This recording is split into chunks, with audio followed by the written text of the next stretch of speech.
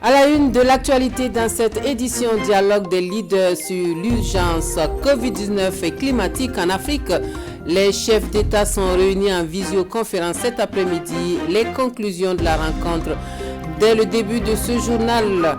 Et puis, responsabilité collective pour la protection d'un bien commun. Les populations de Kouala s'organisent pour protéger les berges de leur barrage qui connaît un tarissement précoce depuis un certain temps.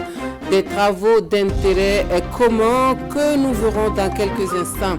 Lutte contre le coronavirus à l'international, confusion à l'Agence européenne du médicament. Un lien vient d'être fait entre AstraZeneca et les thromboses, ce qui ne sera pas sans conséquence sur la vaccination en cours. L'on voit cela en fin d'édition. Bonsoir, merci de votre attention.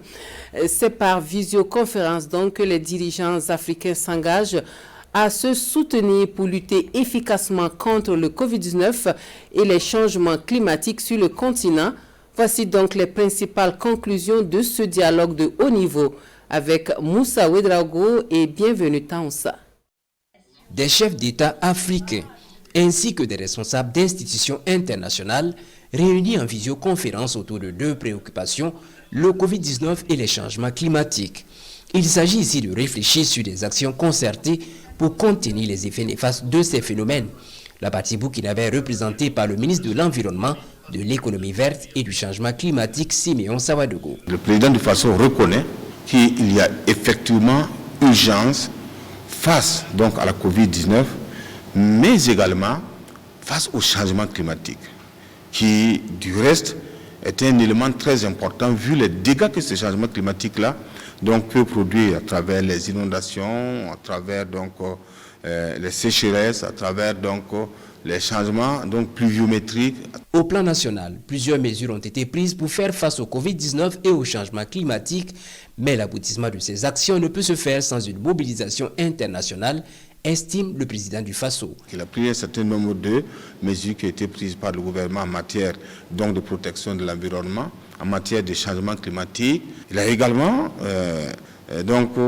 fait allusion aux différentes mesures qui ont été prises face donc à la Covid-19. Il y a la question également de la vaccination qui est posée. Il reconnaît qu'il y a nécessité d'accompagner l'Afrique à ce sujet. Le président du Faso, Rochma Christian Kabore, salue les orientations de cette rencontre à travers la création de 3 commissions qui travaillent notamment sur le Covid-19 et les changements climatiques.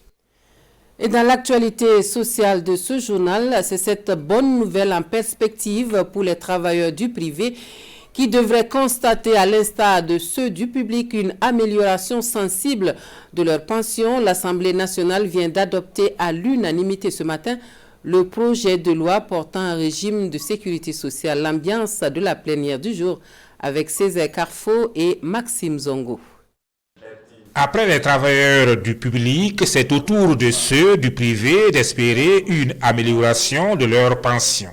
Avec l'adoption de cette loi, c'est une harmonisation du régime de protection sociale qui vient d'être actée. Au public, par exemple, à la Carrefour, la pension la plus élevée avant l'ancienne loi, c'était autour de 900 000.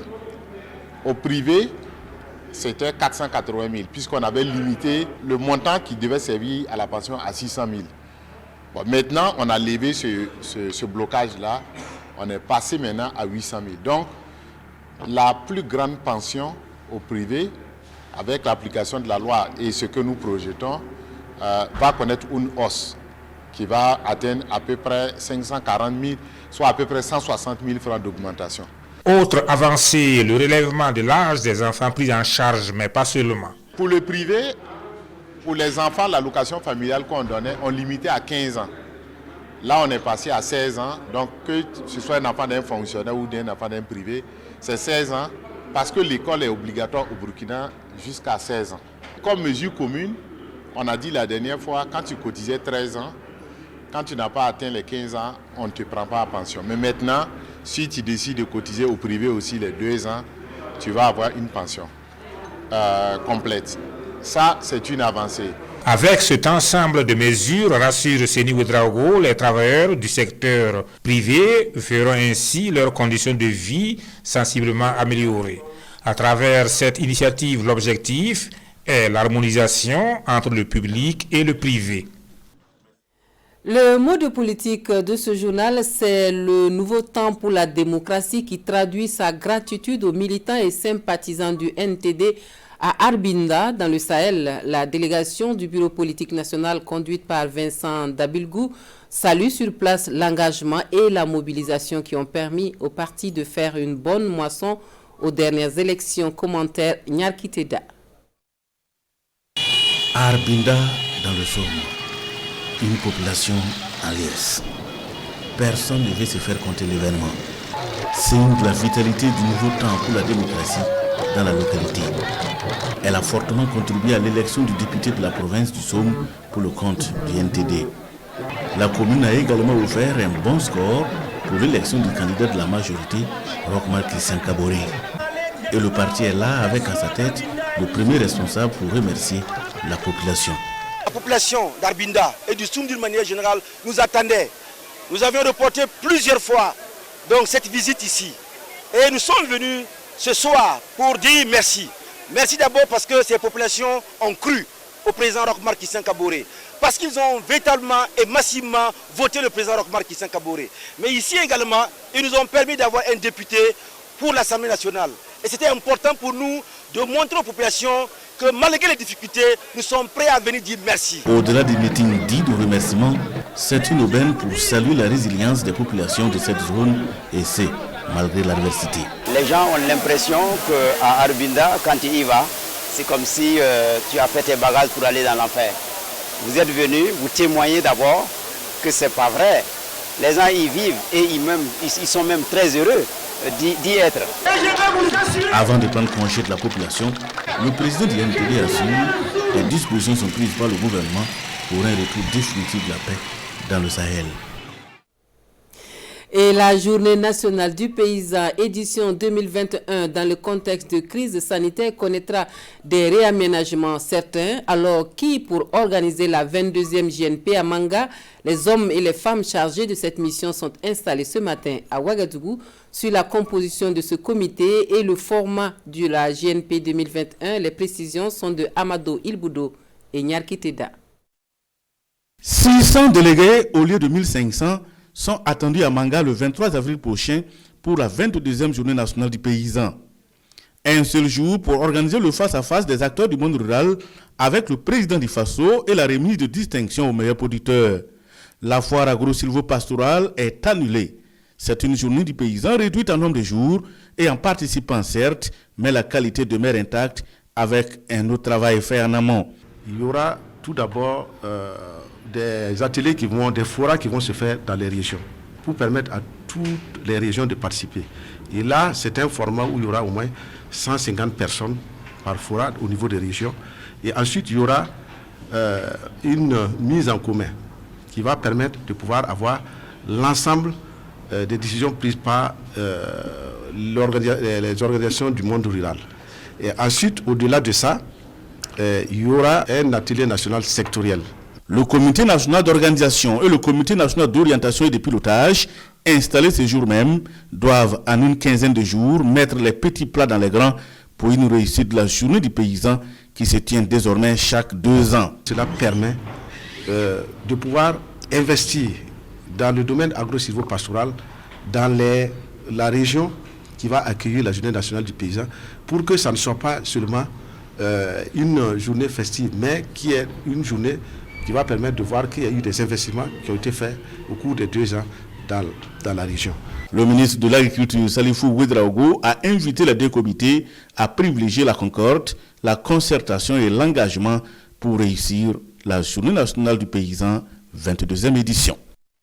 Et voici une préoccupation qui sera certainement évoquée à Manga, le tarissement précoce des barrages et retenues d'eau au Burkina Faso. L'une des conséquences des changements climatiques, il n'y a plus une goutte d'eau au barrage de Kouala depuis le mois de février, nous dit-on, et cela au plus grand désarroi des maraîchers. Les populations riveraines, en entendant une main secourable, prennent leur destin en main en multipliant les séances de curage pour préserver les digues du barrage. Témoin d'une matinée de travaux d'intérêt commun Nongba Kouda Hahadi Sandamba.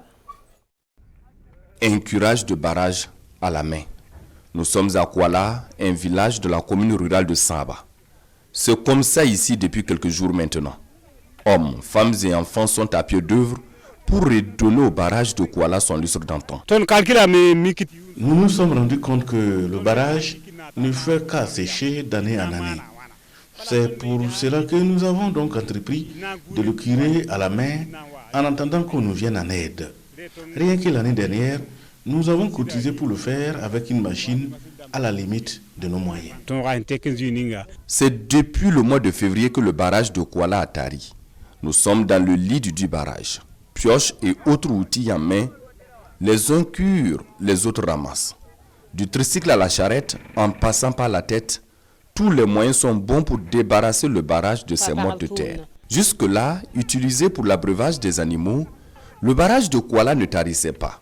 C'est dans les années 2000 que tout a commencé, car les jeunes se sont intéressés à la culture de contre-saison, provoquant ainsi le tarissement précoce du barrage. Avant, les enfants ne savaient pas que les travaux maraîchers là, ici aussi on pouvait produire. Donc ils sortaient aller à Bantougou, ailleurs à Fada pour faire les maraîchers. Maintenant nous, comme on a une balade, et c'est pas mieux de venir ensemble, on va aller travailler. Là vous êtes là, vous travaillez, vous gagnez ce que vous gagnez et puis vos parents sont à côté. Vraiment, ça a motivé les enfants de venir. Mais maintenant actuellement les enfants ont su que vraiment les travaux de balade là vraiment, ça les bénéficie beaucoup. Maintenant il y a une grande majorité de gens qui travaillent ici. Et donc ça fait que l'eau là ne suffit pas. Du côté de la municipalité de Saba, après l'échec de 2013 et de 2018, c'est finalement dans le plan communal de développement 2021-2025 qu'il est prévu la réhabilitation du barrage. Mais en attendant, les populations font ce qu'elles peuvent. On a mis ça dans le PCD 2021-2025. Mais maintenant, bon, comme c'est un travail comme ça, on ne sait pas quand ça va être réalisé. Mais en tout cas, nous, on compte que c'est quelque chose que ça doit être. Nous aussi, avec le conseil municipal, on va négocier pour qu'on puisse réhabiliter le barrage. Une réhabilitation qui ne se limite pas seulement au curage du lit du barrage, mais aussi à la digue qui ne tient plus. C'est pour cela que les mottes de terre enlevées du lit du barrage sont convoyées ici pour renforcer la digue. Ici, tout le monde est actif, même les personnes âgées sont à l'œuvre. Inauguré en 1987 sous la Révolution, le barrage de Kuala est venu atténuer la souffrance des populations qui parcouraient plus d'une dizaine de kilomètres pour avoir l'eau de boisson ainsi que celle pour l'abreuvage des animaux. À l'origine, c'était un prêtre religieux qui a porté l'initiative et avec l'aide des autorités politiques ainsi que des populations de Kuala, le barrage a vu le jour. La résilience désormais de tous les combats, celle des populations frontalières dans le Nord et le Sahel, fait objet d'une campagne de plaidoyer lancée ce matin à Ouagadougou. Le projet porté par Women's International League for Peace and Freedom va se déployer sur le terrain pour recueillir les propositions des populations. Les explications sont données en présence de Issaka Kafandou et Hadi Sandamba. Partager la stratégie nationale de plaidoyer pour la campagne, porter la voix de communautés frontalières et recueillir la contribution des parties prenantes, c'est tout l'enjeu du présent atelier. Porté par la Ligue internationale des femmes pour la paix et la liberté section du Burkina Faso, le projet Porter la voix des communautés frontalières a été mis en place pour une durée d'exécution de 5 mois dans les régions du Nord et du Sahel. DRC est engagé depuis 2015 avec les communautés frontalières au Burkina Faso pour travailler avec elles sur leur résilience, pour faire face aux dynamiques de violence et trouver les moyens endogènes, les moyens en interne. La mission de la WILF, c'est de s'approcher de ces communautés et de pouvoir les écouter, de travailler avec ces communautés et de transmettre à qui de droit, à qui voudrait vraiment apporter un appui à ces communautés. Il s'agira donc pour l'équipe de mise en œuvre du projet de contribuer au renforcement de la résilience des populations frontalières avec une plateforme collaborative en vue de renforcer le vivre ensemble entre communautés. Le terrorisme a créé pas mal de difficultés dans ces régions-là, dans ces provinces. Et la cohésion sociale a pris un coup. Donc la vie de nos populations s'est fortement dégradée. Donc même les besoins basiques ne sont plus forcément remplis. L'atelier de Ouagadougou réunit des parlementaires, des représentants des organisations de la société civile du Nord et du Sahel ainsi que des partenaires techniques et financiers. À l'occasion, le représentant du ministère de la Réconciliation nationale et de la cohésion sociale demande la prise en compte des 3 autres régions touchées par le terrorisme dans l'exécution du projet. Et au chapitre développement du réseau routier, les voyants sont plutôt au vert pour ce qui concerne des performances en 2020, malgré le contexte sanitaire et sécuritaire. Avec un taux de réalisation de 77%, l'on envisage poursuivre dans la même lancée en 2021, avec encore plus de défis à relever pour améliorer les conditions de mobilité. Les précisions sont données à l'ouverture de la session du comité de revue budgétaire du programme routier. Paul David Bambara et Maïmouna Traoré y étaient. Première session extraordinaire de l'année 2021 du programme budgétaire développement du réseau routier classé de la voirie urbaine, des infrastructures ferroviaires, aéroportuaires, maritimes et cartographiques. 12 projets sont concernés, dont le projet de construction de l'autoroute Yamoussoukro-Ouagadougou, le projet d'aménagement de routes de désenclavement interne, les projets financés par la Banque islamique de développement. Il s'agit pour les membres du comité d'analyser le rapport de performance 2020 et de faire des projections pour 2021. Selon le président du comité, le bilan est satisfaisant malgré les difficultés dues à l'insécurité et au Covid-19 avec un taux d'exécution de 77% au 31 décembre 2020. Pour 2021, au niveau de la programmation, nous avons 105 milliards de ressources qui sont allouées donc à ces projets d'investissement. Et notamment, vous allez voir incessamment le démarrage donc des travaux, notamment Waïguya-Djibo, Waïguya-Tougan, la poursuite des projets en cours. Voilà, au cours de cette nouvelle année. Et nous allons prendre toutes les dispositions en fonction des dispositions financières, en fonction de l'accompagnement donc des différents partenaires techniques et financiers, afin donc de pouvoir satisfaire l'ensemble de ces préoccupations. Cette session sera également consacrée à l'examen des recommandations des sessions passées et du plan de passation des marchés. L'objectif du programme est de contribuer à l'efficacité du secteur des transports routiers à travers des actions de désenclavement, de modernisation du réseau routier et de l'amélioration des conditions de mobilité. Et puis côté éducation, une stratégie nationale pour accroître le taux de scolarisation au préscolaire d'ici à 2025. C'est l'ambition au cœur de la rencontre de ce jour à Ouagadougou. L'on en sait un peu plus sur cette stratégie nationale de développement accéléré de l'éducation préscolaire en cours de validation avec Wala Nibié et Aimé Solange Guigma. L'éducation préscolaire est un tremplin pour performer les systèmes, réduire les disparités et asseoir une culture de la démocratie. C'est la conviction du ministère en charge de l'éducation nationale. C'est pourquoi il a lancé en 2017 le processus d'élaboration de la stratégie nationale de développement accéléré de l'éducation préscolaire. L'objectif étant d'accroître le taux de scolarisation de 5,9% en 2021 à 15% en 2025. En termes de développement de l'accès, il s'agirait de construire des infrastructures éducatives, alors d'améliorer un peu l'encadrement juridique de l'éducation préscolaire. En termes de qualité, c'est voir dans quelle mesure on peut améliorer les équipements dans les centres, des structures d'éducation préscolaire. Et en termes de gouvernance, c'est voir dans quelle mesure on peut améliorer la gestion de l'éducation préscolaire. Et aussi, comme on le dit, l'argent c'est le nerf de la guerre, voir dans quelle mesure on peut améliorer le financement de l'éducation. Plus qu'une étape d'un processus, la validation nationale va permettre aux acteurs du domaine d'amender et de marquer leur adhésion à l'ensemble du contenu de la stratégie. Une fois validée, la stratégie et son plan d'action serviront de boussole pour le développement de l'accès et d'amélioration de la qualité de l'éducation préscolaire au Burkina Faso.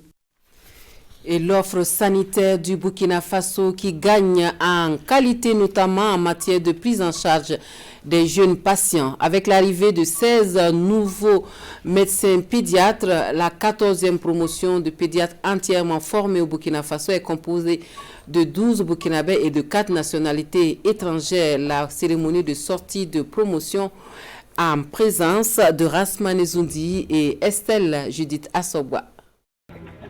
Ce sont les efforts de 4 années de formation théorique et pratique qui sont aujourd'hui sanctionnés par des diplômes d'études spécialisées en pédiatrie.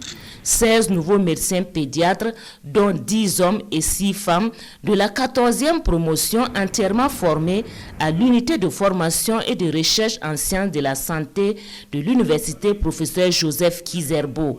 Des lauréats désormais aptes à apporter des soins de qualité aux enfants. Notre défi, c'est en tout cas faire en sorte que les enfants qui se présenteront dans les hôpitaux et là où nous sommes, que ces enfants-là soient correctement pris en charge. Un enfant en bonne santé, c'est un enfant qui va bien grandir et cet enfant-là, bien sûr, fera la fierté de toute la nation. Des lauréats épaulés durant ces années de formation par une équipe d'encadrement qui est aujourd'hui plus que comblée et profitant de la présence de leur ministre de tutelle, émet quelques doléances. On pourrait avoir jusqu'à 15 bourses pour former les pédiatres, mais actuellement le nombre de bourses a diminué. Nous sommes à 5 bourses par an.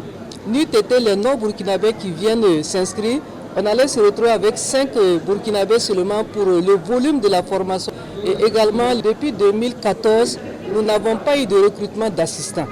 De même que l'accompagnement avec les équipements dans les hôpitaux. Je puis vous assurer que le gouvernement travaillera à augmenter les bourses de formation pour l'ensemble des spécialités, en particulier les spécialités qui s'adressent aux couches vulnérables. En ce qui concerne les équipements, un plan d'urgence sera élaboré en faveur des hôpitaux dans les jours à venir. La sortie des 16 nouveaux médecins spécialistes porte à 120 le nombre de pédiatres formés au Burkina Faso. Et cette 14e promotion est baptisée professeur Boubacar Nakro, pédiatre admis à la retraite en décembre dernier. Il est choisi par les lauréats pour ses valeurs d'honnêteté et d'amour du travail bien fait. Une femme vivant avec un handicap a sa place dans les institutions politiques et dans les organes politiques nationaux et locaux, mais c'est le leadership qui manque pour tirer donc les femmes handicapées vers le haut.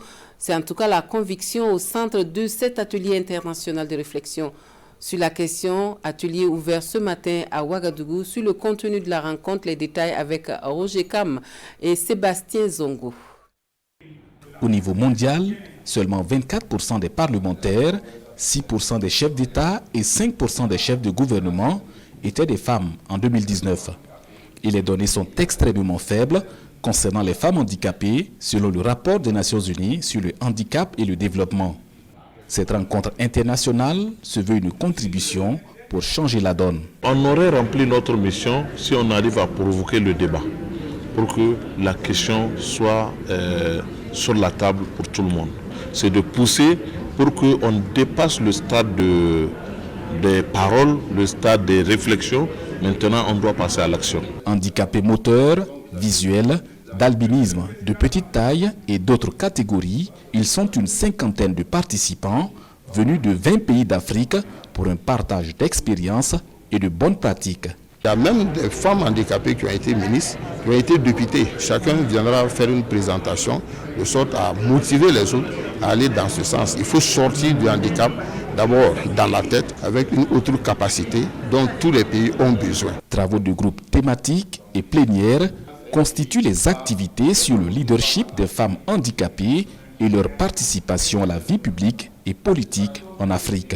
Aujourd'hui, nous devons parler femmes tout court, qu'elles soient handicapées ou pas. Il faut que nous poussons nos filles et nos enfants et nos sœurs à aller plus loin à l'école et à être autonomes afin d'être des décideurs. Les propositions et recommandations de cette rencontre vont servir d'outils de plaidoyer auprès des États africains pour une participation significative des femmes en général et celles handicapées en particulier à la vie publique. Traitement des femmes détenues et gestion de nourrissons en milieu carcéral. C'est sur cette thématique que se tient une session de formation. Une formation qui concerne les personnes de sécurité, le personnel de sécurité pénitentiaire et qui s'inscrit dans le cadre du programme Cohésion sociale, sécurité et état de droit du PNUD. L'ouverture de la session s'est faite en présence de Adama Guiti et Caroline Ouari. La mise à niveau est attendue aussi bien de la part des structures de veille sur les questions de genre que de la part des personnels pénitentiaires. À travers le programme Cohésion sociale, sécurité et état de droit, le PNUD vise un meilleur respect des droits des femmes détenues et la protection des enfants vivant avec le maire en détention. Cette formation vise à doter le personnel pénitentiaire des outils et également de la réglementation en vigueur pour leur permettre de mieux accomplir leur travail dans le milieu qui est le leur. La formation concerne les villes de Ouagadougou et Bobo-Dioulasso à raison de 2 sessions par localité. À terme, 120 personnels de sécurité pénitentiaire sont visés. Certes, nous avons des textes nationaux et internationaux qui encadrent la gestion des détenus dans nos établissements pénitentiaires. Mais ce matin, nous avons une formation de renforcement des capacités des personnels des établissements pénitentiaires, toute chose qui va effectivement améliorer le rendement que nous attendons sur le terrain. C'est vrai, vous savez très bien, même si on est bien outillé, avec la pratique, il y a une routine qui s'installe. Pour pouvoir relever certains défis, il faut de temps en temps faire des renforcements des capacités pour rappeler les bonnes pratiques à nos personnels qui par moments sont tentés de tomber dans la routine et bonjour les dérives et autres. Les formations se tiennent sur des thèmes pluridisciplinaires parmi lesquels la sécurité, les droits spécifiques et la prise en charge psychosociale des femmes détenues. Et puis son combat contre la drogue, il le mène depuis une quinzaine d'années par le biais de la caravane Oskimo Tour. Youssouf Sawadogo, de son nom d'artiste Oskimo, aborde d'autres thématiques cette année, la sensibilisation contre la drogue donc, et les substances illicites passe par beaucoup d'escales donc, et c'est celle de Dédougou que nous relate ici Dramansou.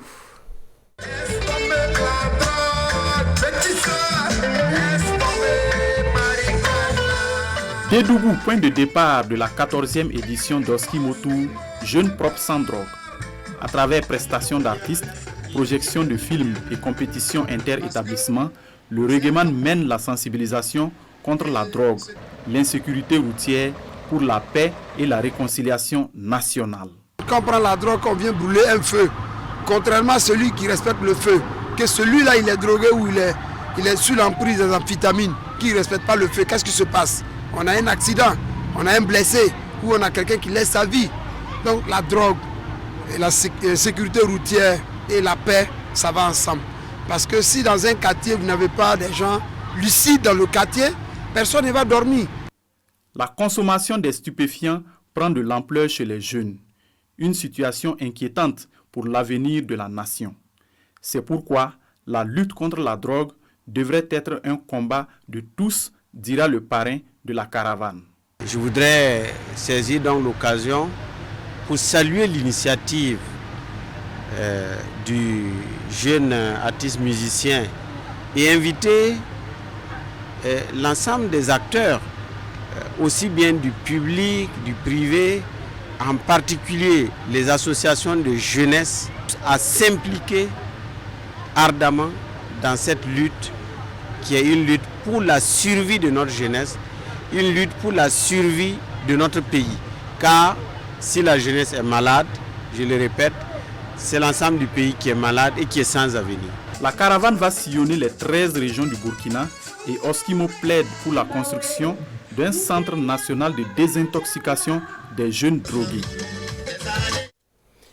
À l'international, on s'intéresse à cette confusion de l'Agence européenne du médicament qui fait le lien entre AstraZeneca et les thromboses. Cette volte-face ne sera pas sans conséquence sur les campagnes de vaccination en cours. Il existe un lien entre le vaccin AstraZeneca et les cas de thrombose déclarés ces dernières semaines. C'est du moins ce qu'indique un des responsables de l'Agence européenne du médicament. Dans une interview à un quotidien italien, Marco Cavalleri indique, je cite, « Il est clair qu'il y a un lien avec le vaccin. Ce qui cause cette réaction, cependant, nous ne le savons pas encore. Jusqu'ici, l'Agence européenne du médicament soutenait que les avantages de la vaccination contre le coronavirus l'emportaient toujours sur les risques. La déclaration de ce mardi risque d'accroître un peu plus la défiance vis-à-vis de ce vaccin développé par le groupe britannico-suédois. Une suspicion née après plusieurs cas d'effets secondaires graves, notamment ces thromboses cérébrales ayant entraîné la mort chez plusieurs patients ayant reçu une injection. De son côté, AstraZeneca assure qu'il n'y a aucune preuve de risque aggravé. Il n'empêche, plusieurs pays ont suspendu son utilisation. C'est le cas du Danemark et de la Norvège. D'autres pays comme la France et le Canada ont décidé de ne plus l'administrer en dessous d'un certain âge. C'est la fin de ce journal. Merci de nous avoir suivis. Les dernières informations, c'est à 23h avec Isia Kanana. Très belle soirée à tous.